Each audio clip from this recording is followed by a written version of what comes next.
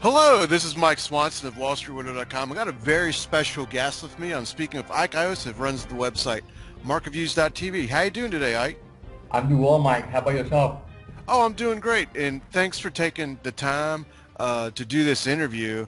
You've got a very fascinating and timely study that you've done about seasonality in the stock market, and we certainly have seen some wild swings in the market since the beginning of October, and the most consistent week for the market to go up all year historically has been Thanksgiving week, and it didn't happen. But now we're going up this week, so people kind of aren't worried about what happened the other week. But what are your thoughts on what's going on?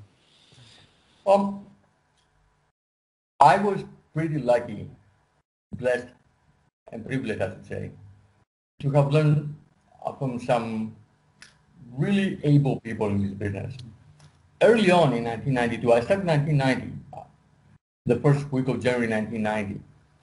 In 1992, the late Kennedy Gamut, who probably some of our older listeners remember because I used to interview him until he passed away. So in 1992, Kennedy Gamut gave me one of the greatest advices I have ever gotten in this business. He said to me, he said, look, you always have to consider yourself a student of the market. Yes, of course, as you get older, you have already learned lots of stuff, but you're still going to keep on learning. But he says every good student knows that he has to take notes. And because if I can give you an advice is take notes. When you see something that looks to you odd, write it down. And go back to it later and read it. Go back to it, maybe a month later or a year later or 2 years later. But have a diary, so to speak, out of the market action. Not only it will help your memory to retain what has been happening, but you'll be able to compare things much easier. And actually, I do have notes going back to 1992. I mean, probably I can write maybe a book or two out of them. I'm saying this because my interest in seasonality came about because of the notes that I had taken. And what had happened was this.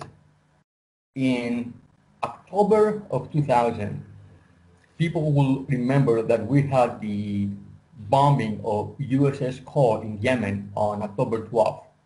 Now, the S&P and the Dow had doubled up in September and had been going down until the bombing. On that day, the S&P was down about 2.5 to 2.7%, something like that. Then it had a strong bounce the next day. The bounce lasted another couple of days. It had a retest the following week, and then it started to rally. Now, I noticed something really interesting. From October 18th until October 31st, I had watched on CNBC about 31, perhaps there were more, those that I had gotten to watch, 31 commentaries about the market. 24 out of the 31, the commentator had used the argument that the bombing of USS Cole had marked the bottom, because we all know in October we get bottoms. And more importantly, November 1st was starting the most positive season of the year. So the market had only one way to go, and that was up.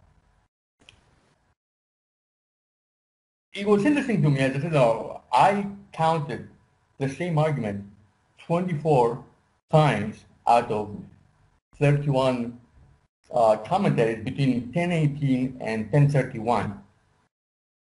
Oh, did the market go up? Well, during that period, the market did go up. It rallied a little further, and then turned back down again. But in my own view, looking at the internals, looking at the momentum, looking at the price structure, the market looked bearish. But all truth be told, I couldn't remember in the 10 years that I had been in the business up to that point, a year during which the market was down between November and December. And in fact, I went back at the time and looked, and from 1990 until 2000, until that moment, okay, now, there was only 1 year that the market was down between November 1st and December 31st. That was 1994. 1994 actually was a flat year, was a consolidation year. So the fact of the matter at the time was, the last 10 years, the market indeed had been up 90% of the time between November and December. So you couldn't blame all these people using that argument. On the other hand, the technicals were staring at you and they were horrible. They were horrific. So I made a note of it. I thought it was worth noting, and I made a note of it. And I said to myself, well, let's see how things develop. Probably we're going to have a battle between positive seasonality and horrific technicals and theoretic fundamentals, and let's see which one wins out. Well, as it turned out, the market went down. And I have the chart from that time. Now the chart is of the S&P from September of 2000 until May 30th of 2001.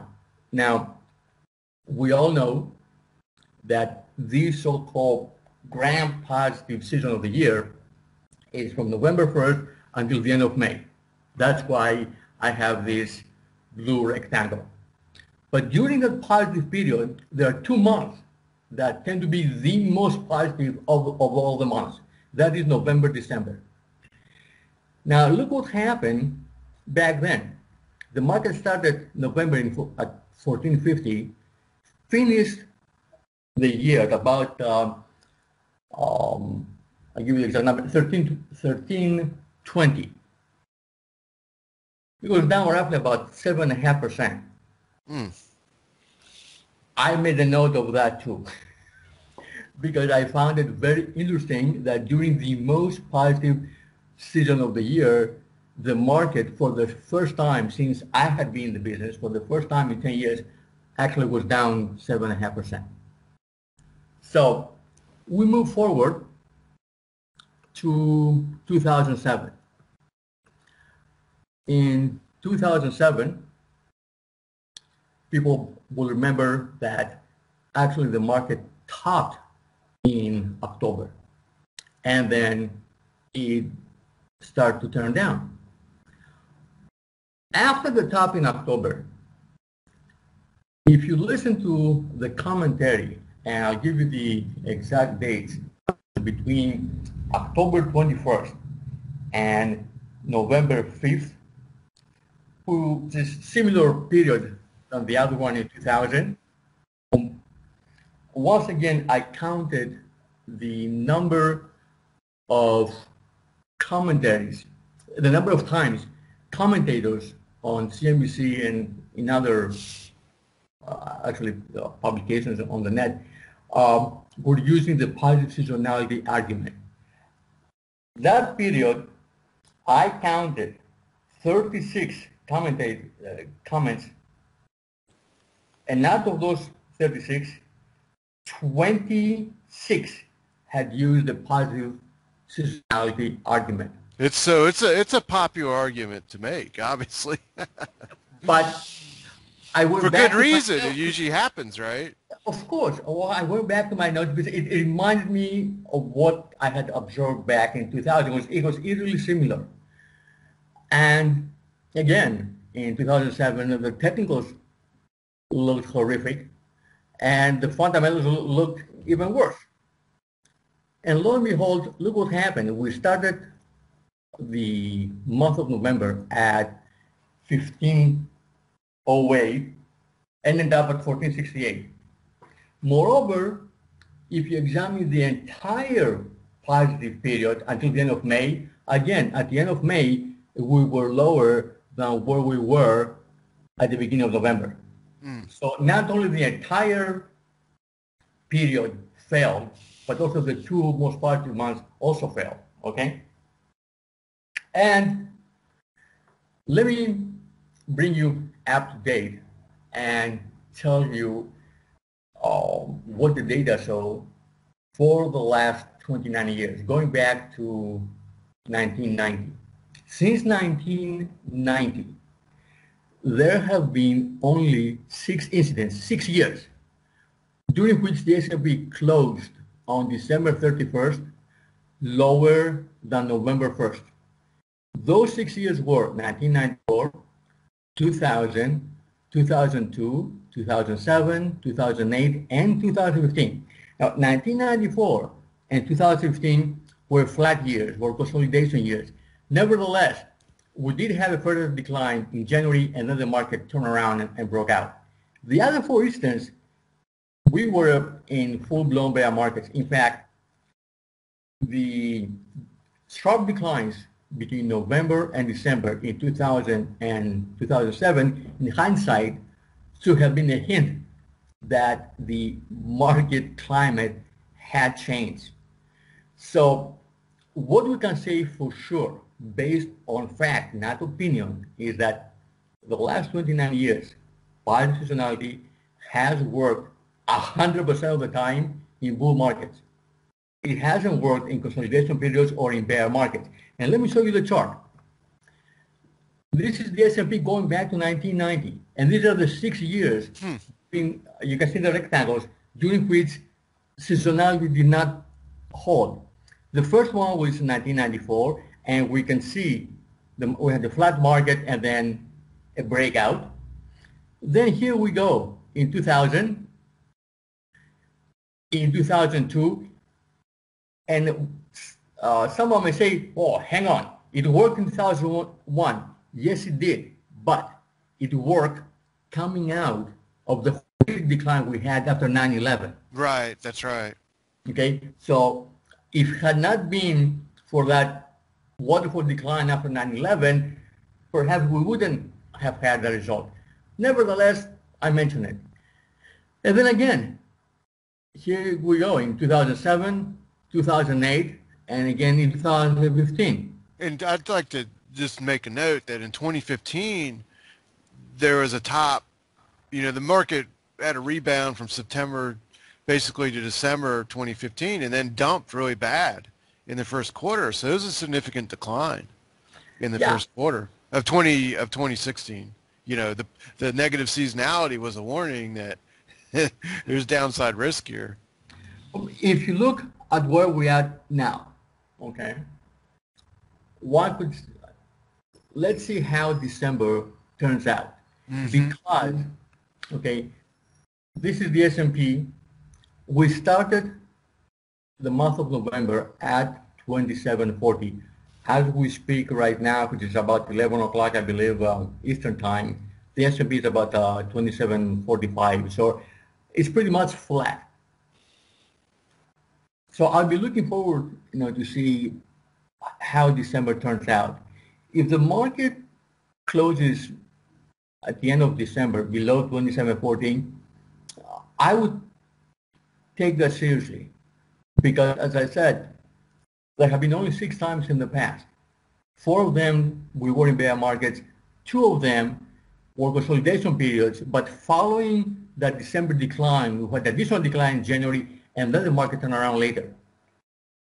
If the market closes, if positive seasonality holds, that would be a positive for the market, and would be positive, would be an additional positive, because another thing is the market did hold at 2600. Now, when we spoke a few weeks ago, I had mentioned how the 2600 level is intermediate term support, and if it held, which I expected to hold at least the first time it was tested, it would be positive for the market.